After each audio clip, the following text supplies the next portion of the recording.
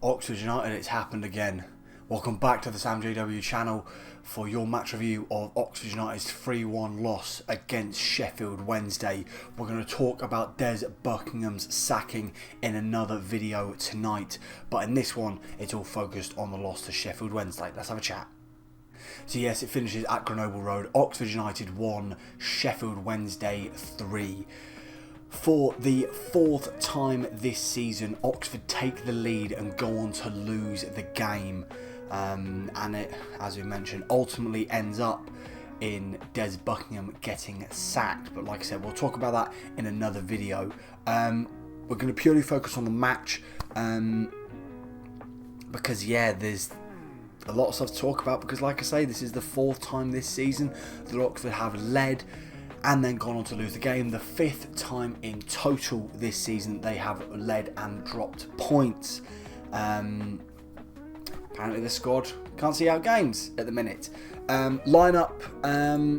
So obviously after that dreadful performance against QPR midweek, Des decided that he would completely bench Shemi Kwaheta and Matt Phillips, instead of bringing in Owen Dale and Tyler Goodwin. The full lineup being Jamie Cumming starting in goal, Peter Kioso returning to the side, Greg Leigh once again at left back. Of course, Kioso looking to pick himself back up after a terrible second half performance against QPR, where he made two horrific mistakes. Kieran Brown, Elliott Moore in the centre of the park. Like I say, Owen Dale and Tyler Goodrum out on the wings. I think Dale's kind of earned it because, you know, what you can guarantee with Owen Dale is he'll run his arse off. Idris El Mzuni and Ruben Rodriguez as a kind of more advanced 8 and a 10 ahead of Cameron Brannagan, and of course Dane Scarlett starting up top. From an Ox point of view, obviously we are well aware of Sheffield Wednesday's number 1 and number 18, James Beadle and Marvin Johnson, coming back to Grenoble Road as opposition players, and I'm happy to say that James Beadle got the well-deserved welcome back reception that he deserved and he was deprived of after that very early recall by Brighton in the January window of last season. Look, obviously going to this, this is one of the games I was expecting us to lose, given that obviously Sheffield Wednesday, you know, they've had a season in the Championship to build themselves. Obviously, it was a bit of a great escape under Danny Rohl last campaign. They were bottom at Christmas, or second bottom at Christmas. And obviously Danny Rohl came in, completely turned them round. And fair play to him and fair play to this squad, because, you know, they took their chances. So, obviously we're going to start with the first goal of the game. This game started relatively even. If we have a look at the momentum chart again, as you can see, it's kind of nothing really for the first kind of 5 minutes. Big peak here for Sheffield Wednesday, but it wasn't really a chance of quality from the Owls, and we didn't really create much either, to be honest, until a corner kick. Another example of our set pieces being absolutely diabolical at the minute, but it's cleared out to the right hand side. Cameron Brannagan picks up the ball, swings it in with his left foot. It's nodded on by Elliott Moore, and there is Greg Leigh to prod home past his former colleague James Beadle to give Oxford a 1-0 lead. Of course, the last time Greg Leigh scored, we went on to get absolutely plastered by Middlesbrough. But I mean, from this point we were looking like we were kind of going to try and get that second kill off the game. There was a couple of nice moves being put together between Owen Dale, Dane Scarlett, Tyler Goodrum, but at the end of the day, what we scored from ended up being our biggest liability. Like I said, wasn't much quality, and that is damn sure on this Sheffield Wednesday goal. So, ball is swung into the area, and Greg Leigh and Owen Dale, and Dane Scarlett, I should say, They both missed the header. Kieran Brown and Elliott Moore are stood ahead of their men. So you've got Josh Windass, who's able to just poke it home past Jamie Cumming. Jamie Cumming makes a fabulous save. I think it's this one from Jamal Lowe, from another corner kick, where it looked like they were maybe going to take a 2-1 lead. But the goal they scored is such poor defending on a set piece. And the reality is that neither side looked good enough, to be fair. We were creating a fair number of these chances, but they weren't. You see one there from Brown where he just spooned it. Decent save from Beadle off El Mazzuni. For a couple of very low, especially this one Dane Scarlett, very low XG chances against Jamie Cumming. Proper daisy cutters, or James Beadle I should say. Proper daisy cutters, no real troubling the gargantuan Sheffield Wednesday keeper. And then it all fell apart in the second half.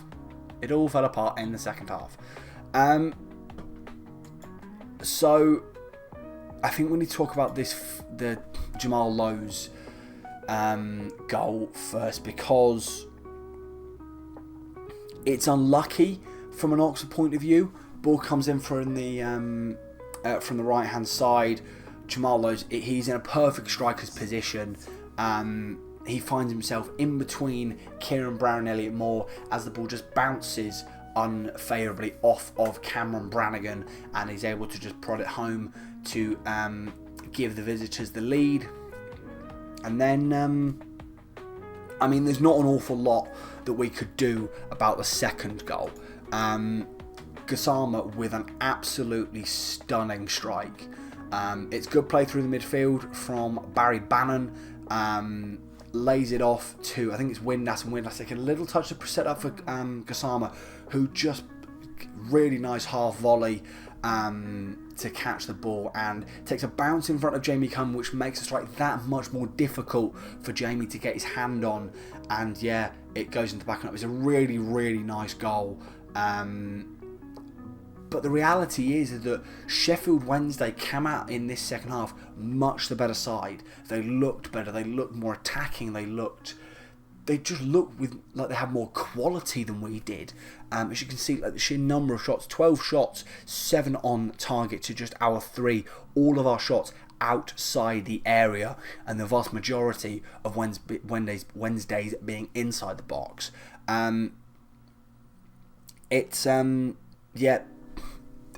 Complete shift in the halves of the momentum in this fixture.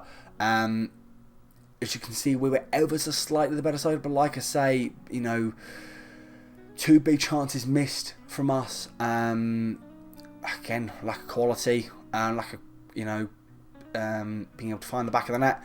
Whereas Wednesday, they missed 2 of their 3 big chances.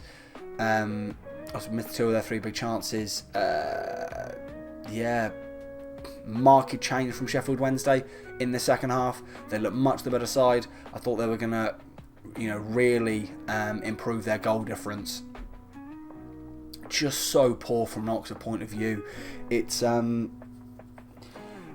bit of a worrying trend that these players have such a good first half, but are not able to find the back of the net more clinically, give us more of an advantage going into the second half, and then second half they just drop off. None of the changes Des made were able to make an impact, and yeah, it results in more dropped points, another loss, and ultimately Des is sacked. But like I say, we're going to talk about that in a separate video, and I've left it this late to do that reaction video because it now looks like we have a clear appointee about to be made by the football club. At least it seems so. So none of these players really deserve that much praise. Jamie, he makes some big saves. I think he could do a little bit better on the first goal from the corner kick. But when your centre halves let you down in those areas, there's not a lot you can do really. Obviously, the third goal is an absolutely brilliant strike, and like I say, the fact it takes the bounce as it's going towards you makes it that much harder, makes it that much more unpredictable for him to try and make the save. Once again, another night where I think again Jamie can't do an awful lot to deny any of the goals. That back four, so another example of us getting stretched by an opposition team's pace. Jamal Lowe was causing so many problems for us. Gassma also causing a lot of issues. We're getting so stretched in the central areas, not just in the back four, but also in the midfield. Peter Kioso, bit like QPR, good first half, really bad second half, got beaten so many times in that second half. Greg Leigh obviously gets Oxford's man of the match for his goal, and I thought overall he was kind of fine. He was definitely the best of a bad bunch in that back four. I disagree with some of the takes that have come out about Greg Leigh in his kind of his capacity as a defensive wing back. I think he has, he's shown what he can do in that role, and obviously he's popped up in the last two out of three home games with a goal. So he's getting in those areas in the set pieces, but like I say, not an awful lot he could do really in this game. Goodrum was very quiet. One shot in the first half I think he had, and that was it. That was the only involvement he had. Didn't have an awful lot of luck in the central areas. Owen Dale ran his socks off, which is again what I've said is Owen Dale's major strong point. The fact he'll run his arse off for you. But not an awful lot he could do. This was El Mazzuni's worst game in an Oxford shirt, in my opinion. Was a ghost for a lot of this game. I completely thought he was on the pitch at times. And yeah, like I said, we were getting pulled apart in the central areas. And El Mazzuni was part of that. Brannagan, obviously it's so unlucky for Cam that the second Wednesday goal bounces off. It takes a really unlucky bounce off of his shin. Obviously it's the pre-assist for Greg Leigh's goal, but we got sponsors man of the match. But at the end of the day, I heard that Cam was late into the sponsors lounge and didn't look happy. Now whether that was for a reason we'll talk about in the next video, or if it's just we know Cam is not a happy boy when we are performing badly. He wears his heart on his sleeve, and I think that shows that Cam Brann is one of those players that I will never doubt the effort. I will never doubt the application from Cameron Brannagan. Sometimes there's not an awful lot he can do really. Ruben Rodriguez, good first half. Didn't do an awful lot second half. I'm not sure what we do with the 10 area, because obviously we're finally getting some wide men back fit.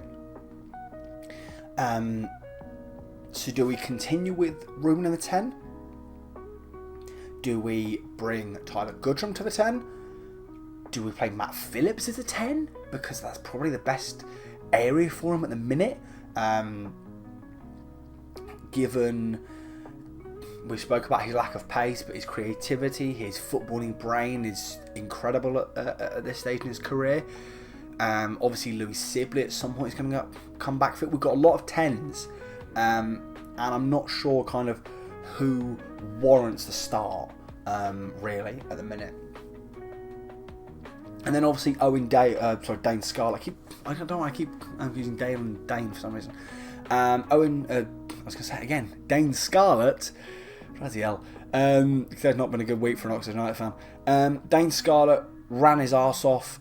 Second half was in the graveyard shift. Got no service whatsoever. Was interesting that Des brought off Ruben Rodriguez and brought on Mark Harris, trying to play him as a 2. Certainly something that I think going forward might have legs to it.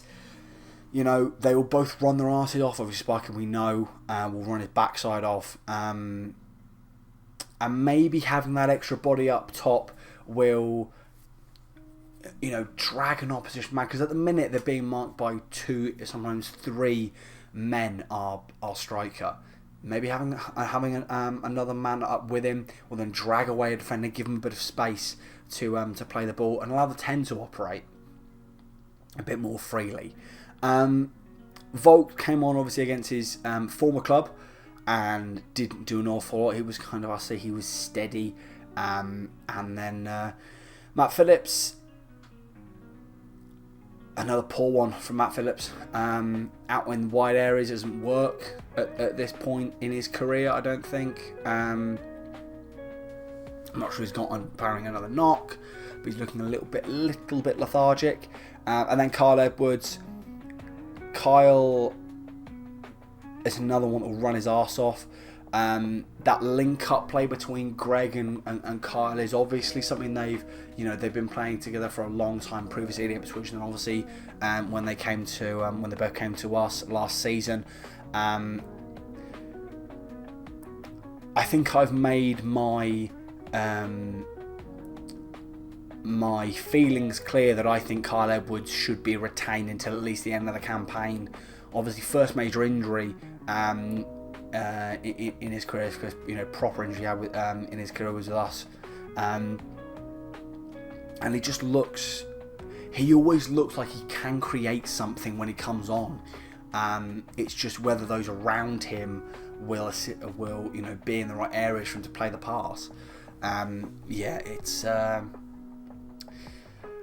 at the minute our squad's looking a little bit thin. Obviously, unused subs Shumi Poheta, Josh McEachran, Sam Long, Hider Terravest and Matt Ingram. We're led to believe that Sariki Dembele should be back in the next 2 or 3 weeks, which would be good. We're still working with a pretty thin squad, especially with Marcelino Ferdinand off with Indonesia, and I believe at some point in the next couple of days we're going to get the AFCON squads announced. So I think we might end up losing Peter Kyoso and Idris El Mazouni, because I've been kind of checking back and forth to see when will the squads release, have they been called up yet, and they haven't yet. So I'm predicting that'll be in the next couple of days. We'll have those two go off to AFCON, so that was even more of a bare bones squad. Quick check, another one on the table. Again, we're sat 1 point above the drop zone. We've stayed in 20th. Game in hand. If we were to win that, we would stay in 20th and be on 21 points. Obviously, depending on Cardiff result, that could, and obviously Portsmouth result as well, because they're still 2 games behind. Could give us a nice-ish cushion again to that bottom 3. Obviously, on Saturday we've got second in the table Leeds United at Ellen Road. That's going to be a really, really horrible trip for the guys and gals making that trip. I unfortunately have not been able to get myself tickets to go up to Ellen Road. And then obviously 2 massive games off the back of that. We've got Cardiff on Boxing Day and Plymouth on the 29th. So yeah, a couple of big games coming up for this football club. And like I say, we will talk about Dez's sacking in another video. But yeah, let me know your thoughts on Oxford United 3-1 loss against Sheffield Wednesday. More drop points from winning possession. It's on the one hand, you've got to credit the opposition for the resiliency and get back in the game. At the same time, like I said, another instance of, in my opinion, players giving up in the second half of the game. Let me know your thoughts. I'll see you for the video talking about Desert sacking, and of course the match review of the Leeds United game.